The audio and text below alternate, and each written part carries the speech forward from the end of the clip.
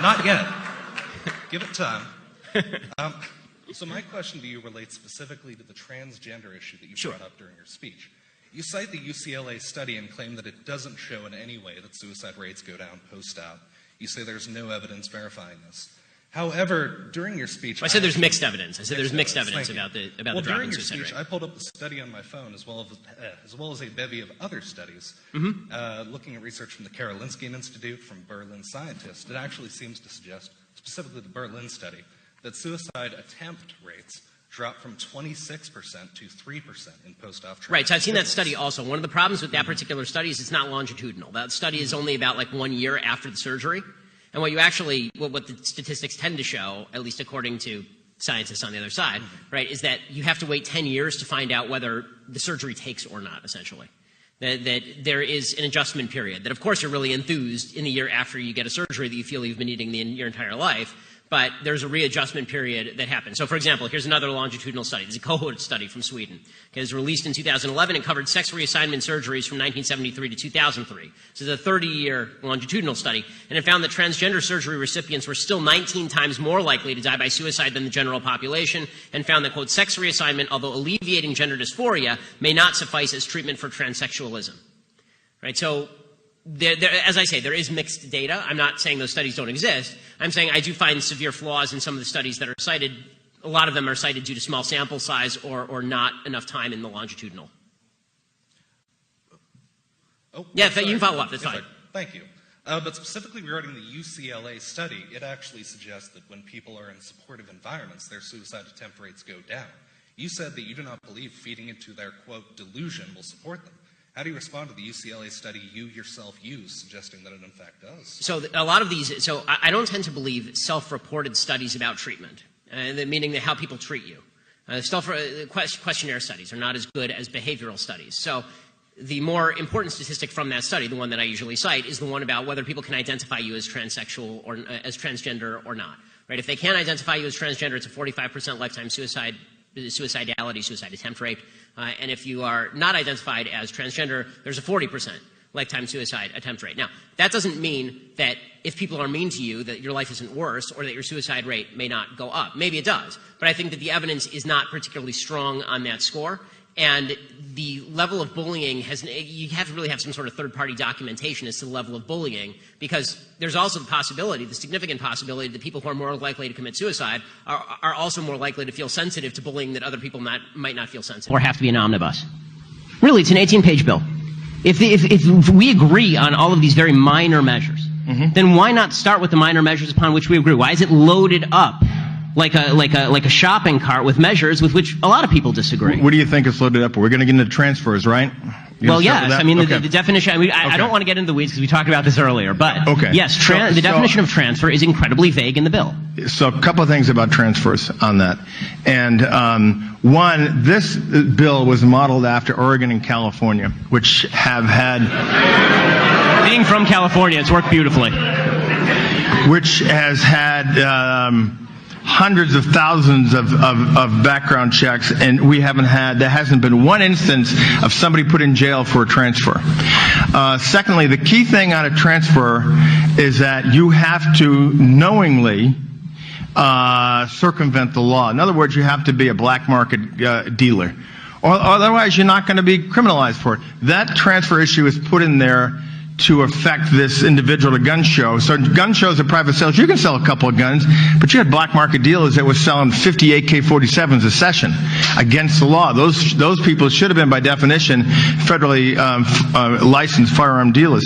So it's designed at some point to prevent the bad guys from doing it. It's not a gotcha. Nobody wants gotcha for the average everyday citizen put in jail, and it will not happen that way because we have precedent in California and Oregon. Well, it should be okay. Let me tell you a little bit about the precedent in California for a second. In California, there are 30,000 mentally ill people who have guns. They have a grand total of 33 people, really, in the state of California who are tasked with taking these 30,000 guns away from these 30,000 mentally ill people.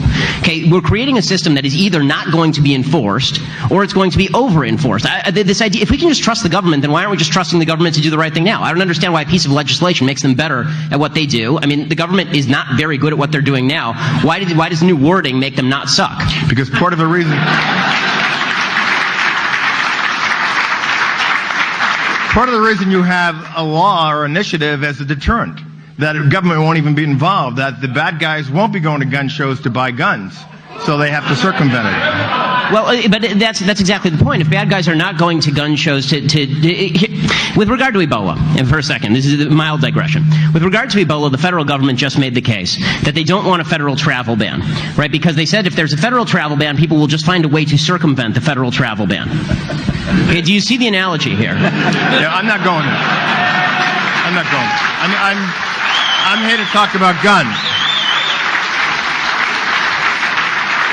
And most people are law-abiding citizens on that. So, I think one of the reasons you have laws is a deterrent to make sure that people do the right thing. Well, I agree, but this is the attendant cost, right? If there are law-abiding, the cost is a law-abiding citizen, for example, under the bill, who wants to loan a gun to a family member for purposes of defending themselves. The bill talks about it has to be in the case only of the most basically emergency situations. Well, how does the government define that? It's undefined in the bill.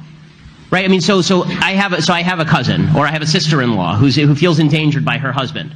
If I give her the gun and she says I feel endangered and she keeps it for a week, but the government only decides that she was endangered for 3 days and the gun is stolen and used, then she can be prosecuted, I can be prosecuted, as well as the criminal. And you'll never be prosecuted. It's never happened. So again, it comes down to faith in government. You'll never be prosecuted. There's precedent here. You'll never be prosecuted. Use your best judgment and don't knowingly break the law. Then why don't we just pass a referendum that says, please, prosecutors, do good stuff? I think that you have to acknowledge the reality, regardless of which end of the ideological spectrum you're on, that this idea that the relationship between a corporation and a worker is an entirely voluntary one is a figment of our imagination. The reality is that the relationship depends upon the balance of power. Because if you were to really believe that it's totally a voluntary relationship, then you should be arguing for child labor, because that was legal at one time and that was argued as a beneficial thing for the economy.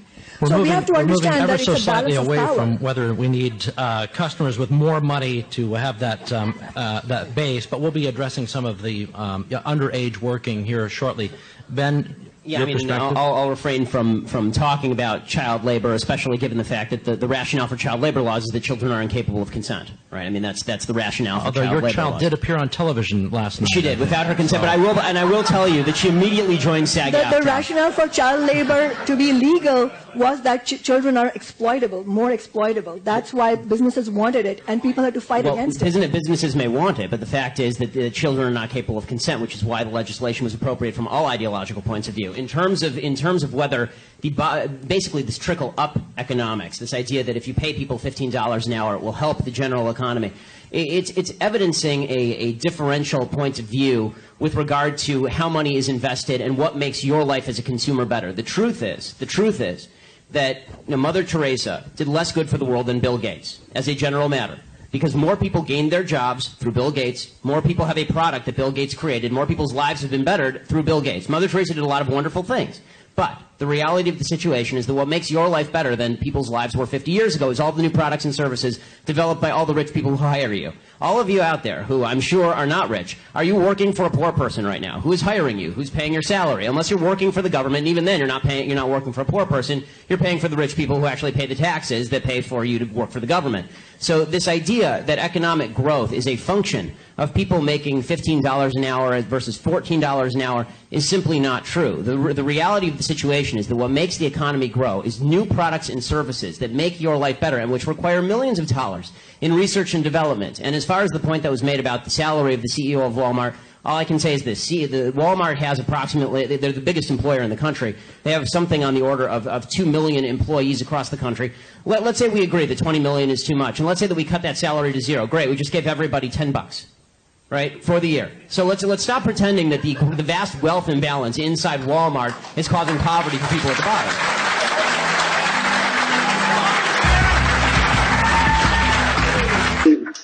And you know what? Explain to me. You explain to me why black kids aren't graduating high school. Explain that one to me. Explain to me why black kids are shooting each other in rates significantly higher than whites are shooting each other. Explain to me why 13% of the population is responsible for 50% of the murder. Explain to me why the number of black kids in prison, not for innocent reasons, not for walking down the street and getting pulled into a prison, is so high? Explain, if it has nothing to do with culture, explain to me why the single motherhood rate in the black community jumped from 20% to 70% in the same course of time that the civil rights movement has made such tremendous strides. Is America more racist now than it was in 1960? And if it is, please explain to me how that happened.